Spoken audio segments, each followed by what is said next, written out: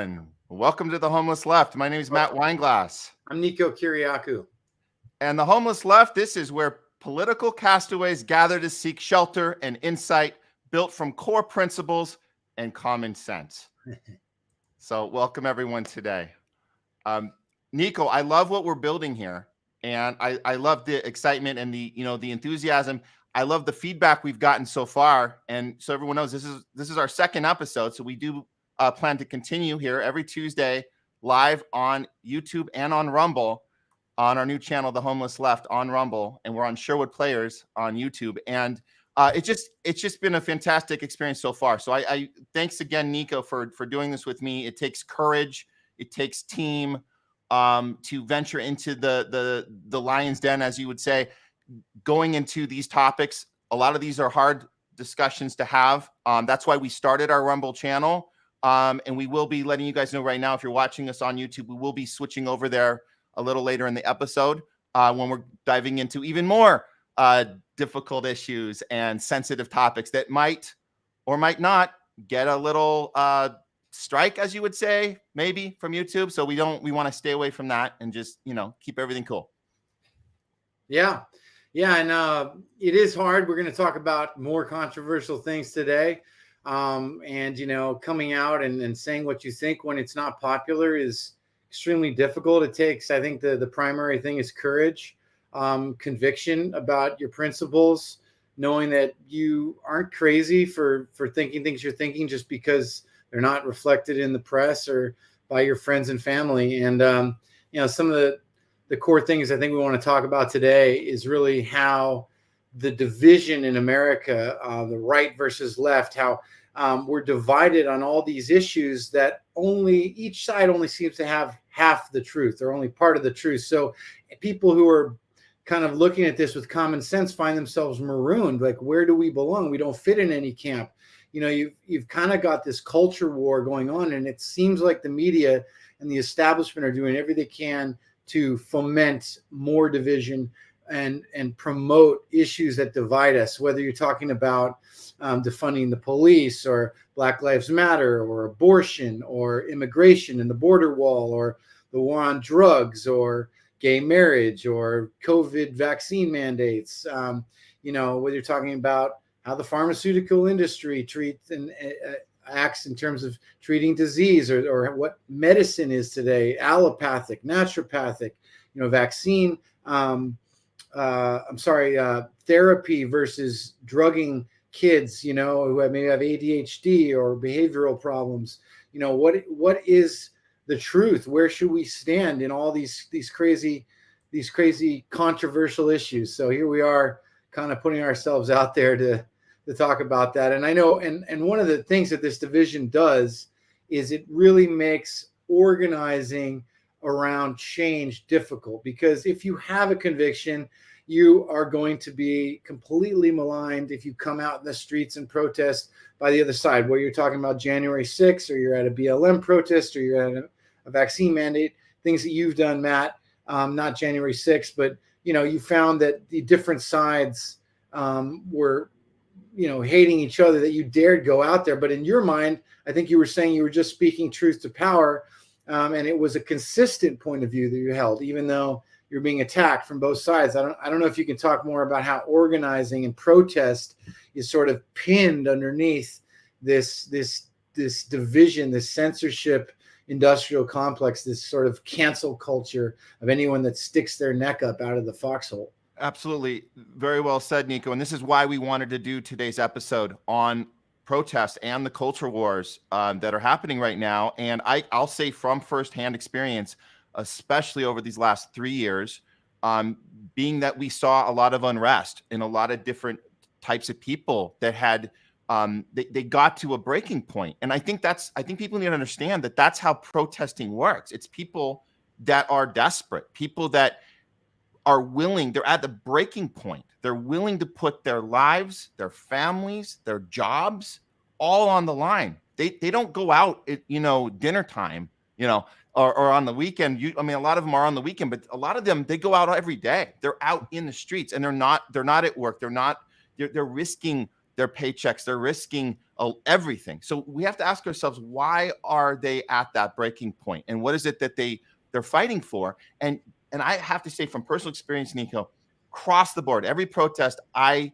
participated in through the last 3 years since the lockdown, every one of them was people challenging power, every one of them.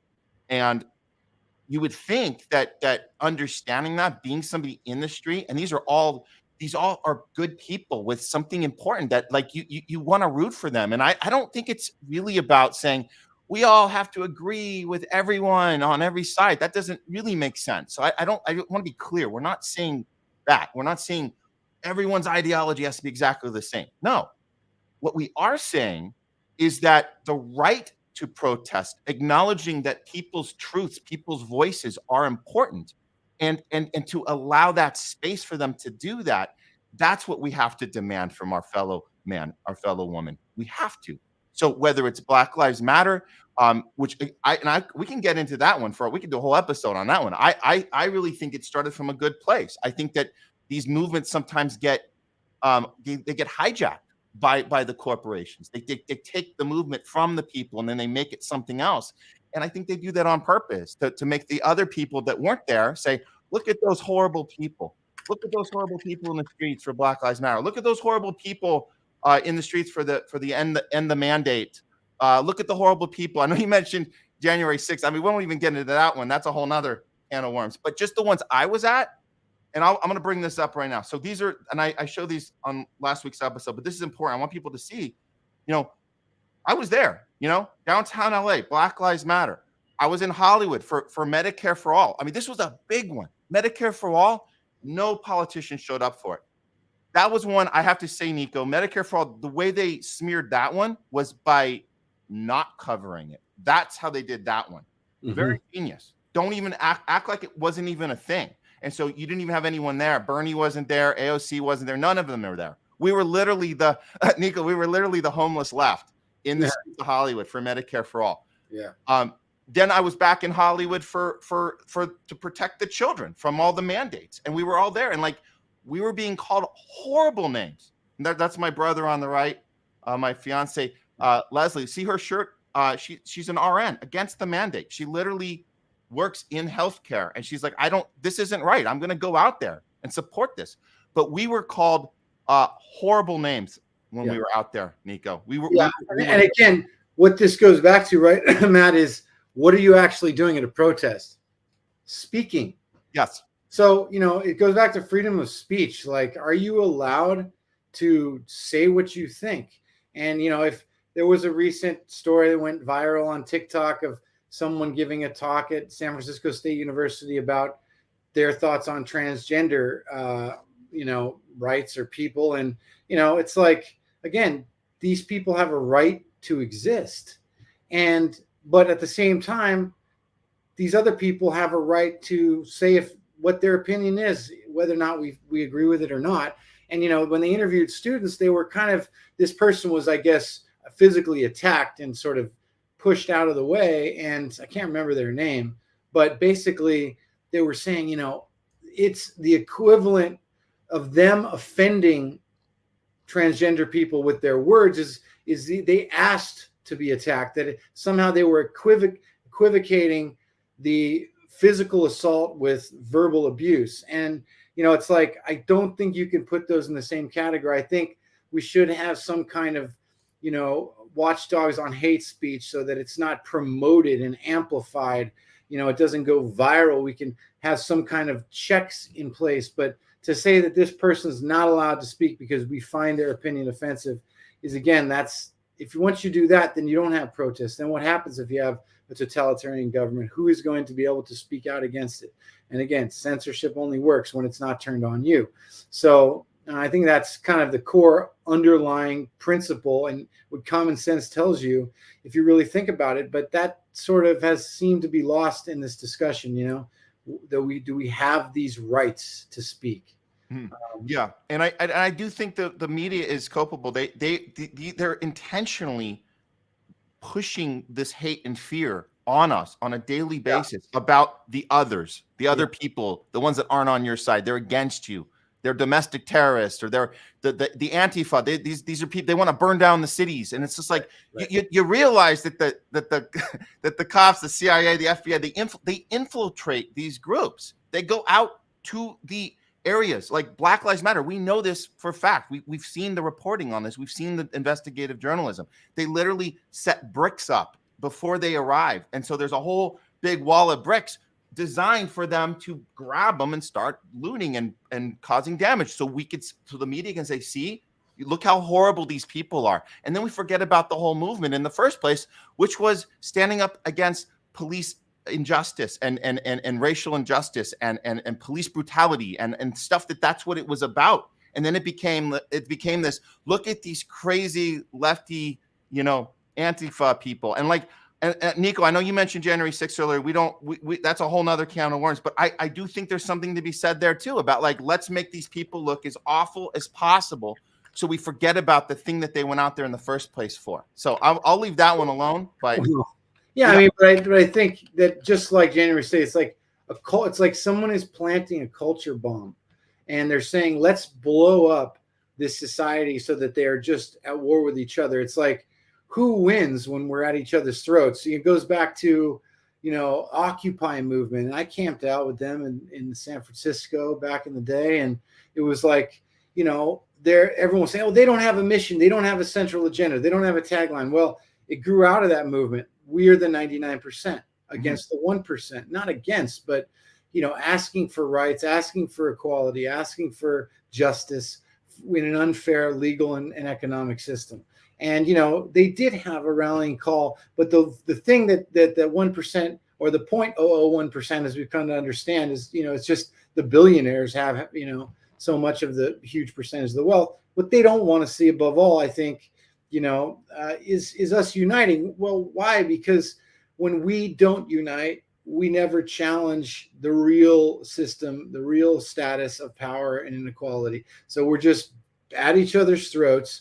If you go to Black Lives Matter, again, it's like, yeah, you're saying it was about police brutality, but when you have a tagline like Black Lives Matter, you're going to trigger some people going, hey, isn't that leaving out some people? When you have a tagline like defund the police, it may not mean let's cancel all the funding, but it means, hey, let's defund them. Well, other people say, well, don't we need the police? Again, it's like, rather than take a legitimate issue, which might have been, hey, these police, organizations are receiving enormous amounts of funding. They have super high ticket equipment, surveillance equipment.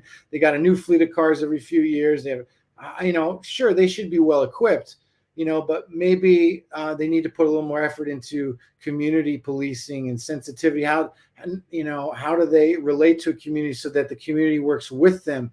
If the goal is preventing crime on their end, and the other hand, and the goal is having a police force that you don't feel terrorized by, why is it that those two groups can't come together and find a reasonable solution? They can, but if you call it defund the police, what happens? You get people who have common sense saying, wait a minute, don't we have police for a reason? Even though that may not be their actual agenda, is to abolish the police.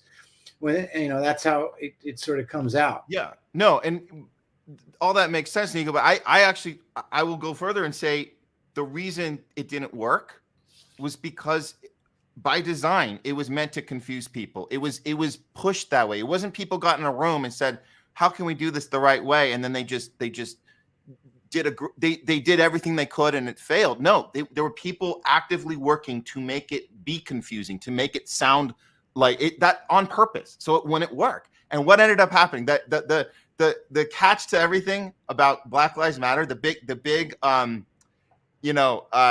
guess you would say jokes on all of us, because at the end of the day, what did the Democratic Party end up doing after that movement was done? They ended up giving more money to the police, more money to military. So the whole idea that they were working to defund, it was actually the opposite. They wanted to give more money. So we haven't made any progress. No, nothing. And so like that, but I really believe that was on purpose. That it wasn't like, oh, damn it, we'll try it again next time. We'll get a better slogan next time. No, they will get just as bad of a slogan next time, if not a worse one.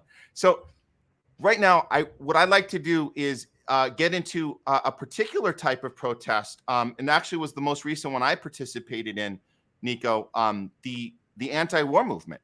And so I was out in DC a few months ago covering the anti-war rally. It was called Rage Against the War Machine, and we had a ton of people out there. It was people on all sides, by the way. There were Republicans, there were homeless left like us, there were libertarians, there were independents, there were all people were out there that noticed something was wrong with the state of the military right now, and understanding our history, our history of invading countries, setting people up these fake ideas that we're sending people messages of that we're bringing democracy, we're bringing peace. It never works out. People are starting to get suspicious about that. Once we start giving $130 billion to Ukraine, we're like, well, what's actually going on here? And so when we rally and get together, the media is already prepared to smear it. And I want to cover this right now. This is how the media covers anti-war. And this is the way MSNBC chose to cover it when we were out there. Check this out. As the president and vice president affirmed the United States' commitment to Ukraine's freedom and to the NATO alliance, the pro-Putin faction in America held a weekend rally, complete with pro-Russia demagoguing. The Rage Against the War Machine rally went about how you'd expect. Russian flag and all. And I mean truly random rally on the National Mall in Washington, D.C. A rally in support of Russia, I guess, given all the Russian flags. At least a rally against the U.S. supporting Ukraine in trying to stand up against the Russian invasion of their country. This was a tiny event. It was small. It was a weird assemblage of Americans. There were Proud Boys there. There were some of the white supremacist groups you'd recognize from the Unite the Right rally in Charlottesville a few years ago. Also represented prominently the remains of the bizarre Lyndon LaRouche cult. There were a lot of people with Russian flags, also the occasional flag of the former Soviet Union. Also, at least one person who guest hosts for Tucker Carlson on the Fox News channel was there as a featured speaker. There were anti-vaccine conspiracy theorists, a lot of them. There were cryptocurrency promoters. It was a really weird group. It was a small rally and a weird one. But that's what it looks like. That's the assemblage of short straws and split ends and loose change and loose electrons that's advocating in this country that Russia's in the right in this war and America should be on Putin's side as he keeps invading other countries. I mean, no disrespect to the Americans who turned out as part of this small event this weekend, but it's not like they represent a big constituency that is arguing for this pro-Russia point of view. Mm-hmm. Wow, it's like unbelievable. Like here, again, same thing with the Occupy movement. Let's pretend that these people have nothing in common, that they're just a bunch of fringe and nut jobs who got together, anti-vaccine activists and pro-crypto people and Tulsi Gabbard and, you know, the USSR flags and, oh, these people, Russian flags, these pro-Russia supporters, Proud Boys. Here are all these nut jobs who got together for a nothing protest. No. They're there to be against a war, to wish that a war would end. I mean, why can't you just call it what it is? Yeah, people of different stripes come together. They don't have to agree about every issue in order to agree about one, which is this war doesn't need to be happening. We could try and negotiate a peace deal. We could try to do something. I mean, it is happening. Russia was the aggressor, but there's a history to this war, and they have an interest in it. And it goes back to, can we put ourselves in the shoes of the Russian people and say, my God, they've been invaded through Ukraine 3 times in history, you know, and when that happened in World War II, they lost 1 in 7 people or something. So, you know, when we have a Monroe Doctrine in the Western Hemisphere, you can't put, you know, a large weapons, you know, nuclear weapons and military bases in our hemisphere, or you get, we would oppose it, you know, hence like the Bay of Pigs discussion. And now we don't allow another superpower, Russia, to have its own interests on its bordering countries and ask for those from the international community and have a negotiation. So it's like, yeah, there's 2 sides of this issue, and you're not crazy or some kind of fringe job if you just don't want to see the war perpetuated. So what Joyanne Reed and what Rachel Maddow are doing is the opposite of journalism. We've talked about this before. I think we're going to continue to have this discussion, Nico, because this seems to be one of the main problems, because it's on purpose. This isn't like they got it wrong or they accidentally, they'll get back to it later. We're going to have this conversation at some point. No, they don't want to have the conversation. They want to mock us. They want to laugh at us. That's not journalism. Journalism is going out there. Why don't you interview some people? I mean, you're MSNBC, for crying out loud. I mean, the amount of money you can't send one person out there and ask them to one person there, like let them say why they're there. No, we're just going to label you by, Yeah. But you saw that she did accidentally put that. Did you see the shot of the guy with the sign? It said Biden is the Nord Stream bomber. That was awesome. Oh, I think they emphasized that. They just, because they made that point of view sound crazy, even though Seymour Hersh, a Pulitzer Prize winning journalist, has written about it. So I'm glad you brought that up. And I don't mean to jump around on stuff, but all of this is related. This is all related. And we want to talk about how protesting actually works. And I found this clip. This is an anti-war protester. He's an actual journalist. His name's Jose Vega. And recently he was at a conference for mainstream media. So LA Times was there. New York Times was there. Reuters, Washington Post. They were all there. And they had their CEOs, reps on the stage. I mean, what a great opportunity. And what courage it took this guy to stand up and interrupt this thing and say, what are you doing? What are you guys having this discussion? The one, Nico, the one you're asking about right now, he's going to confront them and ask them point blank, why are we not talking about this stuff? Especially you guys, you guys are, if anyone, should be having this discussion. Let's check this out.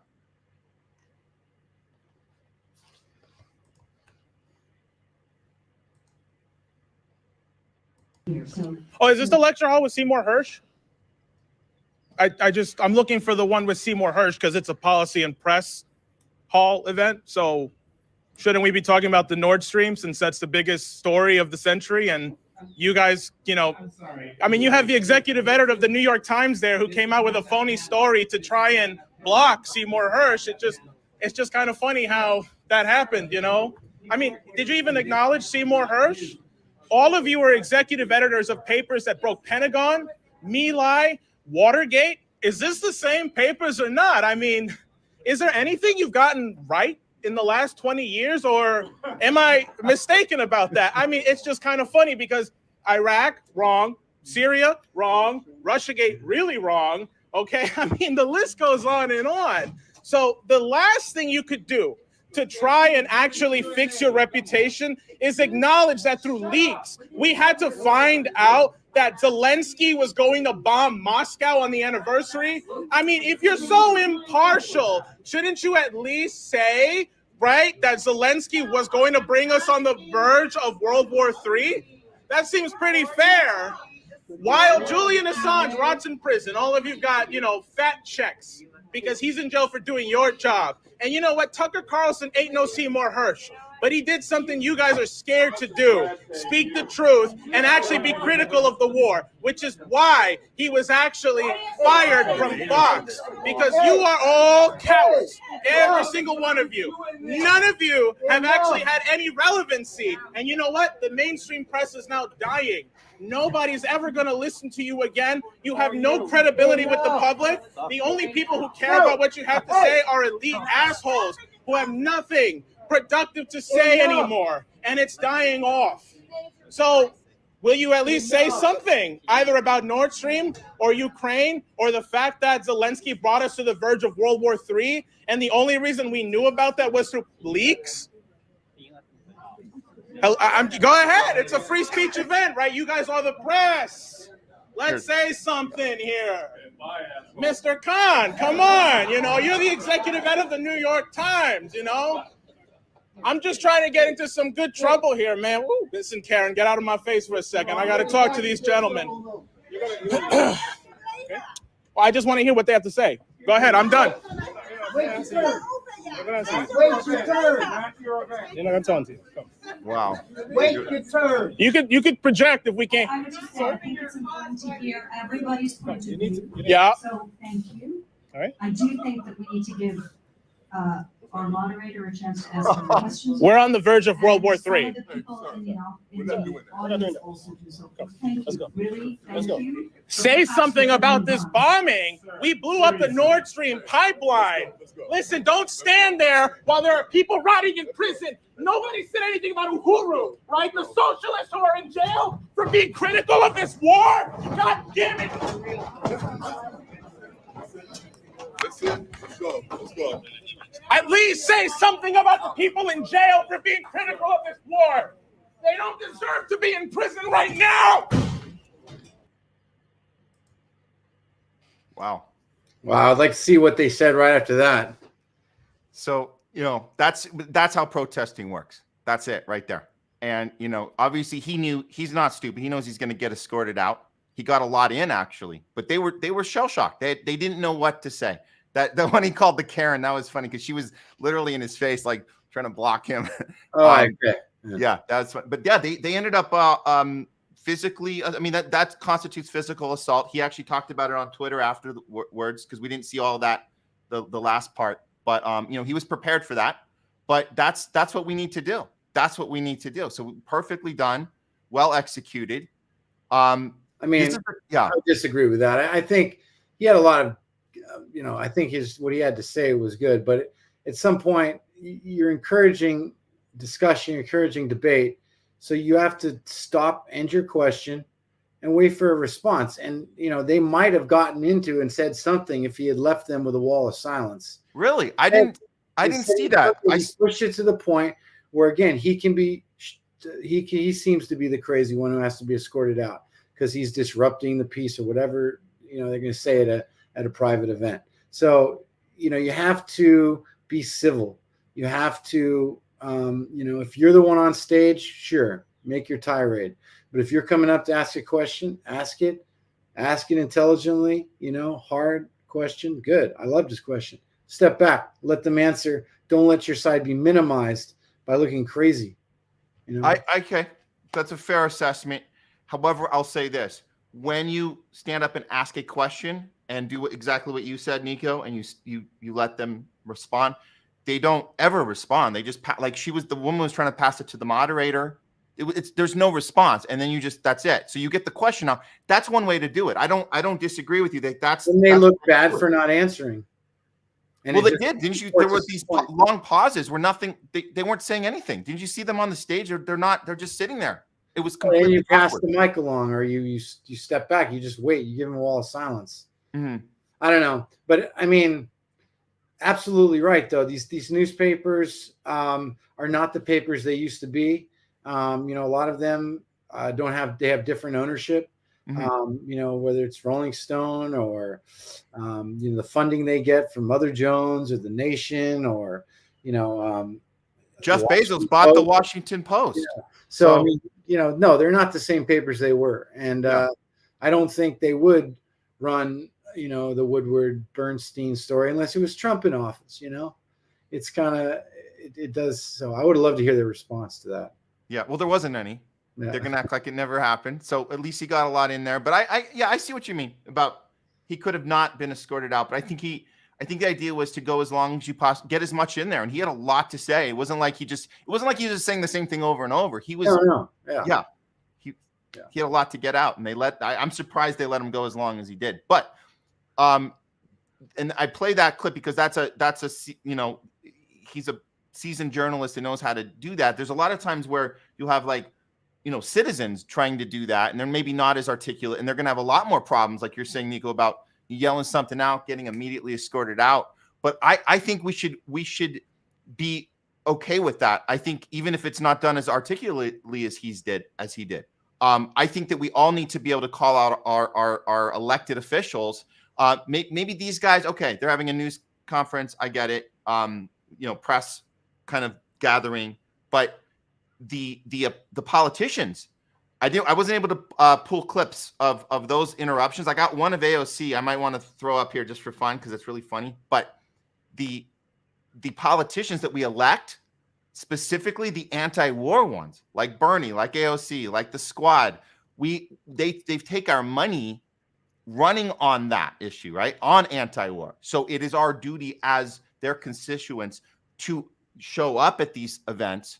And if they're not going to tell us, why did you give $130 billion to Ukraine? We want to know why. We want to know why you're doing that. And we want to know what the end game is. We want to know, why are you egging on World War III? Why are you not pushing for policies here domestically to help people here? Why are you throwing money over there? And they won't answer those questions. Those people get escorted out. Happens all the time. I don't know. You have any thoughts on that? No, I mean, I think that's exactly right. And I think that these issues are going to divide us straight down the line. And I think if you want to show the AOC clip, great. But then I'd like to switch over to Rumble so we can talk about some of the more divisive issues, how we've been divided around the Canadian trucker protests and what was really going on there and how these people were framed, or the vaccine mandates and other topics like, some of the root causes of division in Absolutely. our society. Let's do that. So this is a brief one on AOC. The reason I want to play this is because it's on Fox and Friends, and their reaction is actually really funny. I thought that'd be interesting to see how their interpretation of what happened is really funny to me. I love your thoughts on it. Here's AOC. Little interruption on AOC here. All right, listen, okay.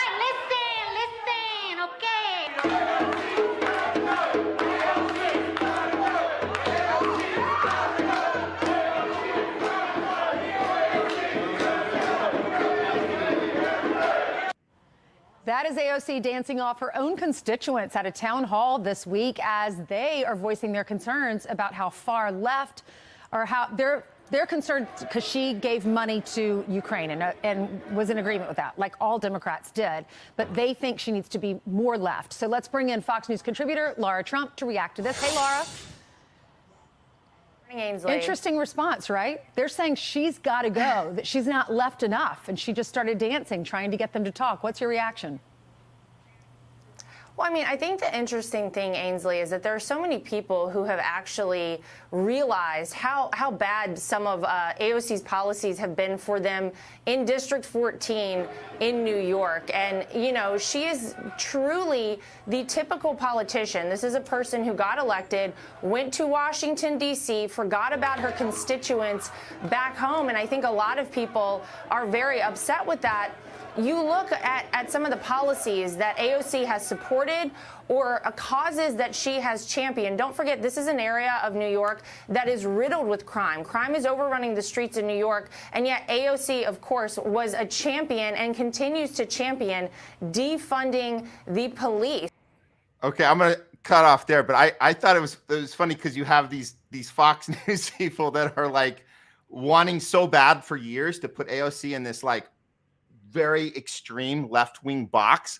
And this is fun. I'd love to talk to you about this, Needle, because I think it's so fascinating that that's the narrative on the right, that the left has gone too far left. So how do they report on AOC's own constituents showing up and demanding that she goes more left? Because the reality is she went right. So how do they adjust their narrative to keep what they want to tell their viewers, but also acknowledge that her constituents are fucking pissed? What are your thoughts on that? Well, yeah, I mean, she had a real grassroots campaign and a level of support that brought her to power, and she said she was going to shake things up. And, you know, I don't think she's, followed through on the ideals that got her elected to the degree at least that those constituents want. And, again, it's like you got the right and the left. I mean, just the division between people. And there's no accountability for your actions, and you're going to dance when people are saying, that they want you out. I mean, don't you take your constituents seriously? Don't you want to say this is a legitimate concern that I'm supporting this war? Well, no, as long as I've got bigger donors and bigger lobbyists and funding who are backing me up, so I can get away with this. It just seems like politics. And what do you think? I mean, they did. I was actually appreciative of the fact that they did acknowledge that she didn't do the things that she campaigned on, because that's the main point here. And the fact that she's mocking them and dancing. So I'm glad they covered that. But the part I don't think they're able to get their head around is that their years and years of pushing this idea that left-wing progressive politicians are bringing our country too far left, and that narrative is dying, because that's clearly not happening. The opposite is happening. Well, so it's like what you've been saying is that my values didn't change. I say the same. It was the room that moved underneath me.